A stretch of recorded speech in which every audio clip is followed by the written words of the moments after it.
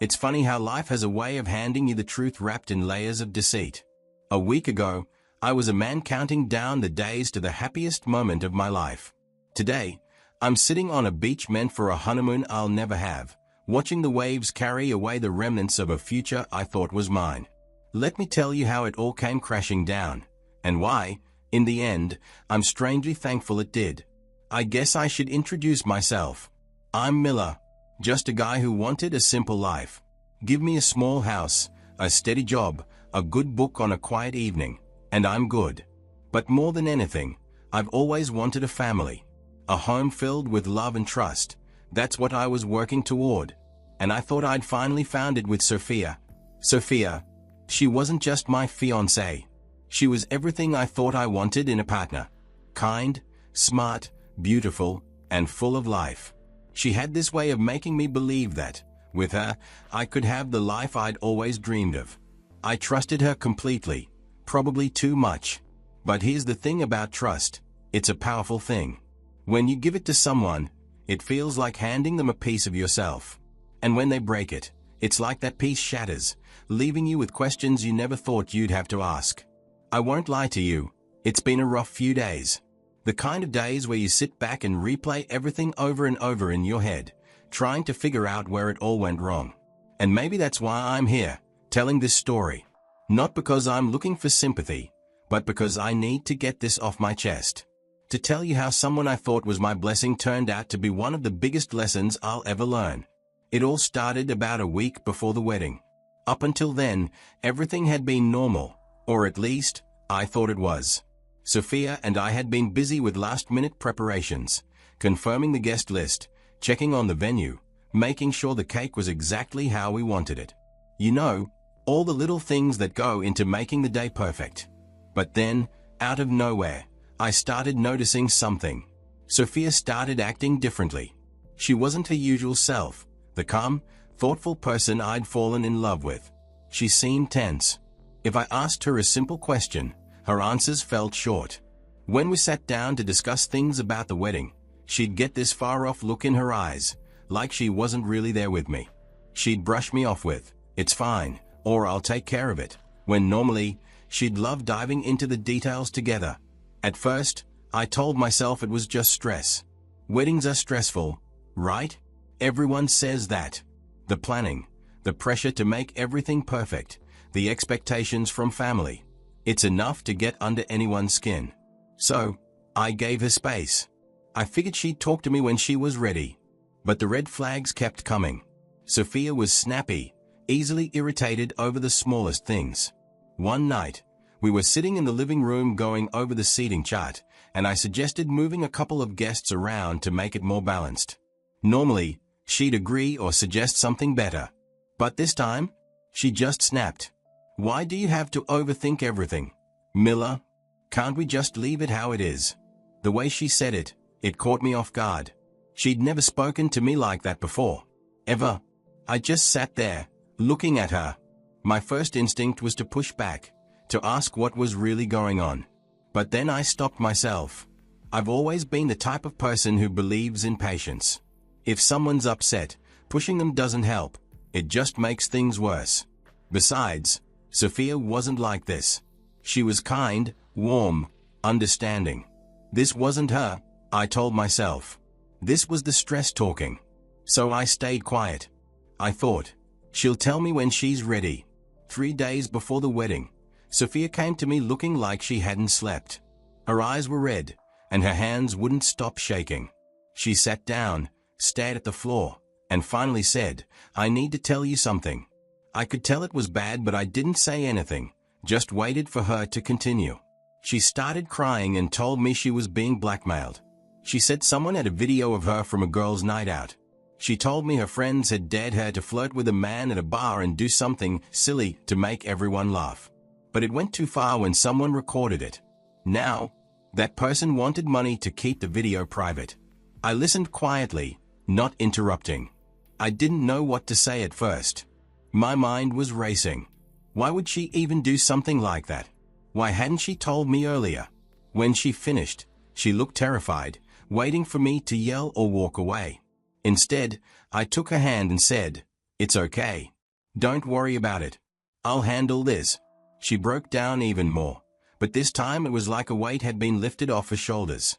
Thank you, she kept saying. I was so scared you wouldn't understand. On the outside, I looked calm. I stayed quiet and kept my face steady. But inside, I was in pieces. I wanted to believe her story. I wanted to believe it was just a dumb mistake, one bad decision during a drunken night. But I know that someone who's about to get married doesn't do silly mistakes like this. Why would someone dare her to do something so extreme? Why did she wait until 3 days before the wedding to tell me? And why would the blackmailer even bother if it wasn't a big deal? I felt a knot in my chest. It wasn't anger. It was something else. Like an alarm in the back of my head, warning me that this wasn't the full story. I told myself to stay calm and think clearly. I couldn't jump to conclusions, but I also couldn't ignore how uneasy I felt. I needed to find out the truth, no matter what it was. Sophia thought I had forgiven her. I could see it in the way she relaxed, how she started smiling again. She even tried to make light of it, saying, I can't wait for all this stress to be over. We'll laugh about this one day. I smiled back, but inside, I knew this wasn't something I could laugh about. She thought we were stronger now, that this had brought us closer. But for me, it felt like the first sign that everything I believed about us was wrong. When something doesn't add up, it's like a crack in a wall. You can't see the whole damage right away, but you know it's there. And if you don't fix it, it only gets worse. I took a deep breath before calling the blackmailer later that day when I was alone. I wasn't even sure what to say at first. How do you talk to someone holding something so damaging? I decided to start simple, asking him straight up, how do I know you're not bluffing? There was a pause on the other end of the line, followed by a low chuckle.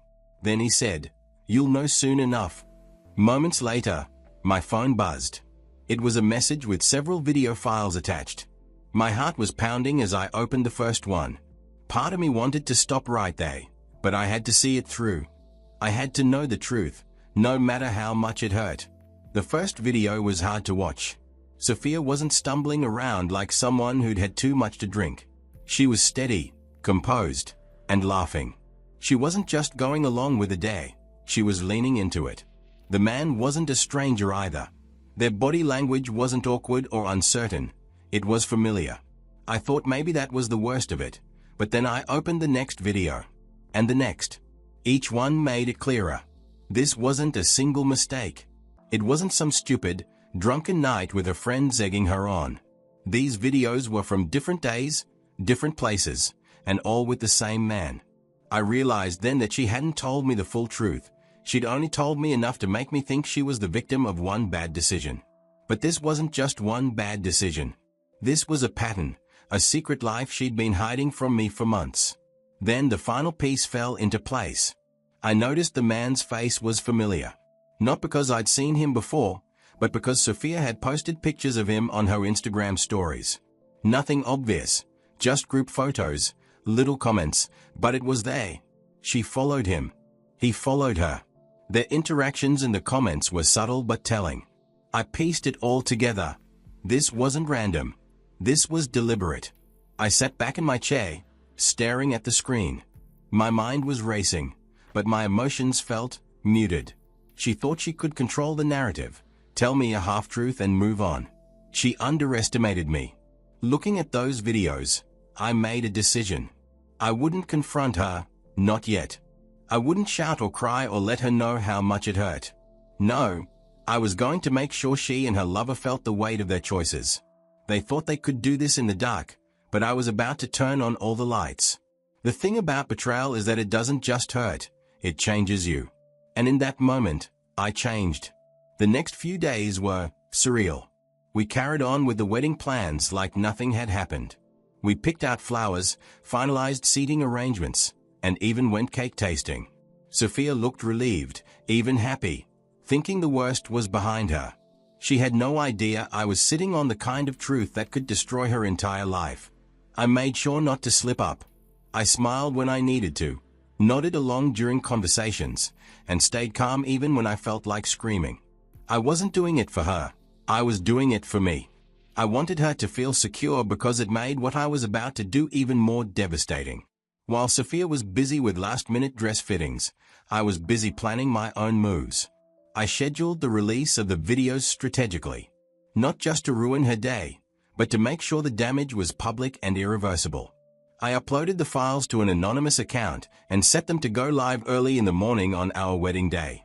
By the time the world woke up, her perfect image would be in pieces. And it wasn't just about Sophia. The man in the video, a high-level executive, a guy with a reputation built on being untouchable. I knew that when these videos hit, his career wouldn't just take a hit, it would crash and burn.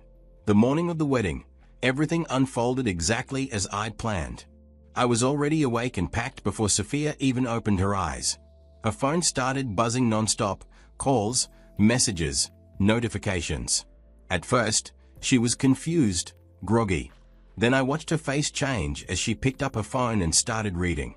I didn't say anything. I just stood there, watching her piece it all together. Her hands started shaking as she scrolled through the messages, and when she looked at me, her face was pale. "What's happening?" she asked me, her voice barely a whisper. All I said was, "You should probably check social media." Then I walked out. By the time I left the house, the videos were everywhere. They'd been shared, reshared, and spread like wildfire. People were commenting, tagging, and messaging. Sophia's name, and his, were all over the place. I knew her reputation was destroyed. I knew his career was done for. And honestly, I didn't feel an ounce of guilt. I blocked Sophia and her entire family on my way to the airport. I didn't need to hear their excuses or their pleas. I'd done what I needed to do, and as I boarded the plane, I felt something I hadn't felt in days: peace. Because sometimes, the best revenge isn't yelling or fighting. It's walking away and letting the truth do the talking. I never thought I'd end up here, alone.